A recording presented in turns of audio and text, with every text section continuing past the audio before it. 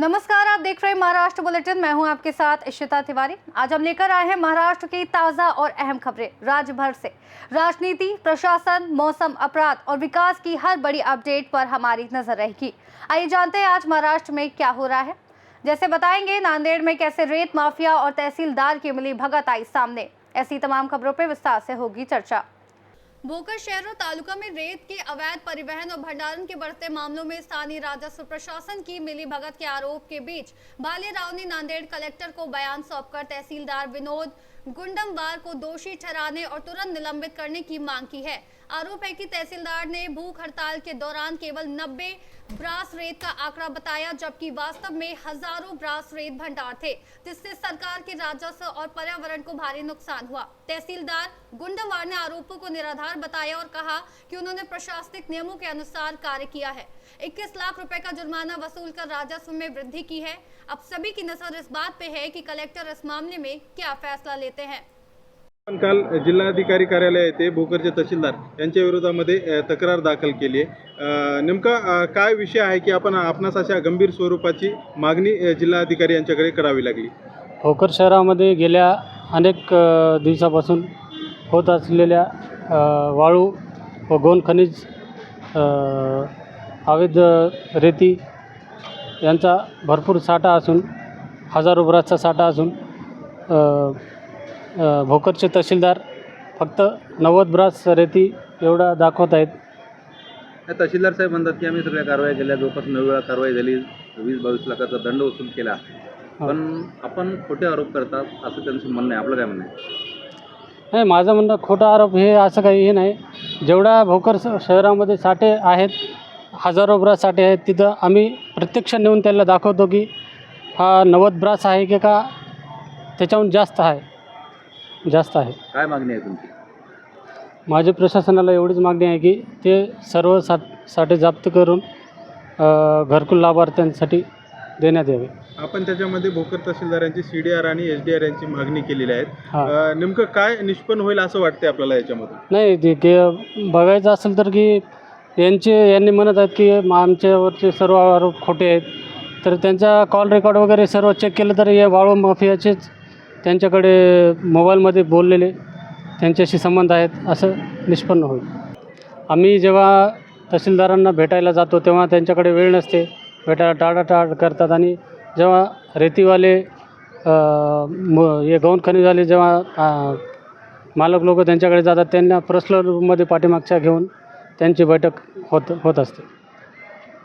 Sir, आपल्यावरती मान्य जिल्हाधिकारी कार्यालयामध्ये निलंबनाची कारवाई करावी यासाठी एका तक्रारदाराने मागणी केली आहे। त्याच्यामध्ये असं नमूद केलं आहे की आपण कर्तव्यावरती जाणीवपूर्वक कसूर करत आहात आणि शासनाचा महसूल बुडवतात आणि वाळू माफियांना आपण अभय देतात, अशा गंभीर स्वरूपाच्या आरोपही त्याच्यामध्ये केले आहे। या संदर्भात आपण काय खुलासा कराल?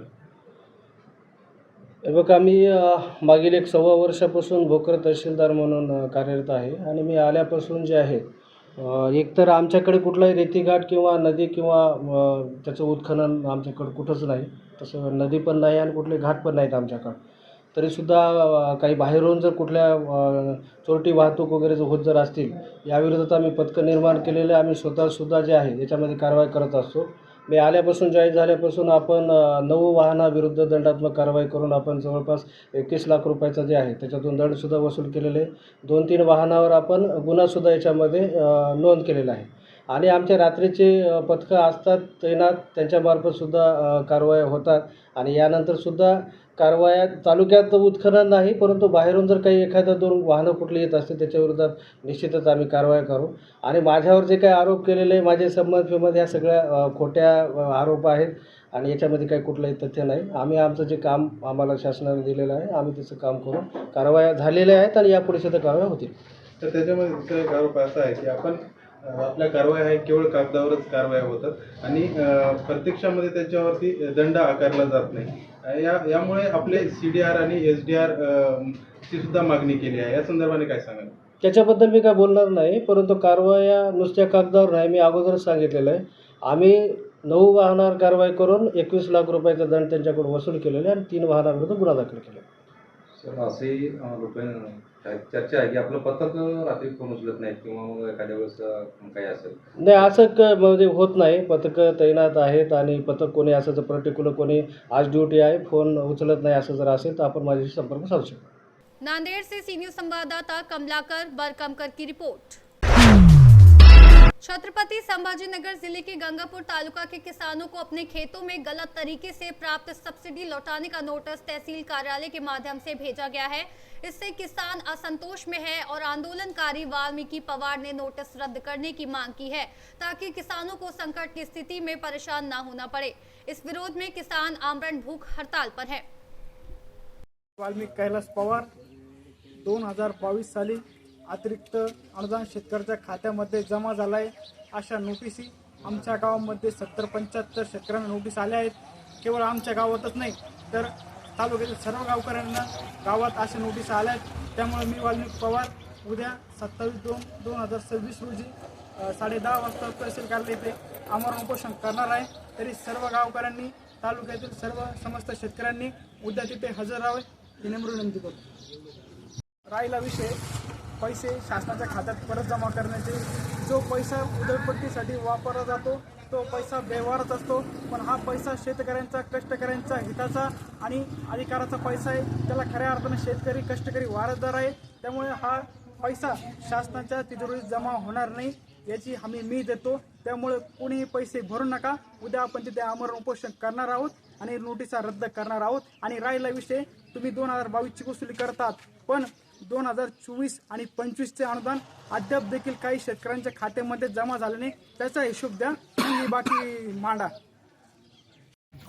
अनुदान आलेलं आहे 3 वर्षापूर्वी आलेलं आहे आम्हाला। समजा तेव्हा तर आम्हाला जाग नाही केली कोणा, तेव्हा सूचना करायला पाहिजे होती ना आम्हाला, तेव्हाच भरला असता आम्ही।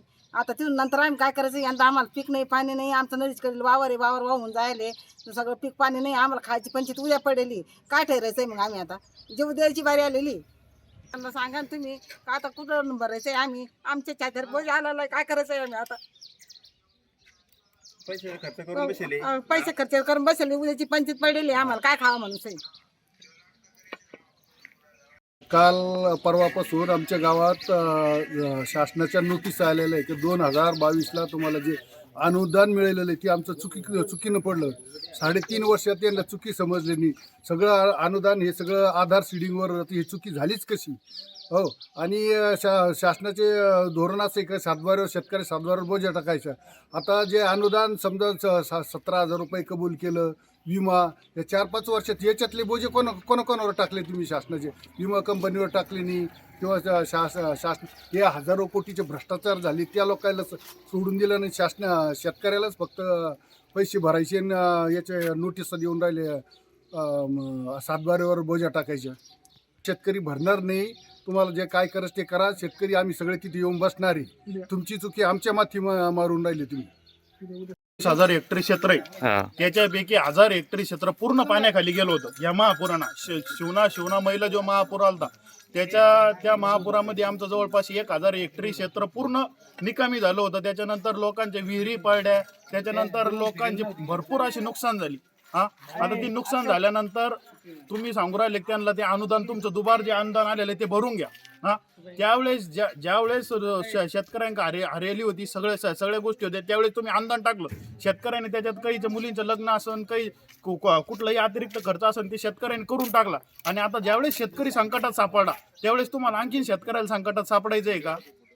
आणि त्यांच्या जर का रक्ताना तुम्हाला होळी खेळायची असल्यानंतर खेळून घ्या। जे गोरगरीब शेतकरी तुम्हाला दिसून राहिले, हे मोठे मोठे नीरव मोदी सारखे लोक हजारो कोटी घेऊन फरार झाले, त्यांचं तुम्हाला काहीच नाही करता आलं। आणि शेतकऱ्याचे 20-22 आणि 15-15 10-10 हजारावर तुमचा डोळा आहे का? हे आम्ही अतिरिक्त अनुदान वापस करणार नाही। आणि याची जाहीर जी तुम्ही जी नोटीस पाठवलेली आपल्या सातबाऱ्यावर बोजा चढायची, ज्याच्या बी सातबाऱ्यावर बोजा चढल्या जाईल त्या दिवशी आम्ही तहसीलच्या बिल्डिंग वरून कुद्या मारून आत्मदहन करू। छत्रपति संभाजीनगर से सी न्यूज संवाददाता अमोल मावस की रिपोर्ट। बुलेटिन में फिलहाल के लिए इतना ही। देश और दुनिया की तमाम बड़ी खबरों के लिए देखते रहिए सी न्यूज भारत।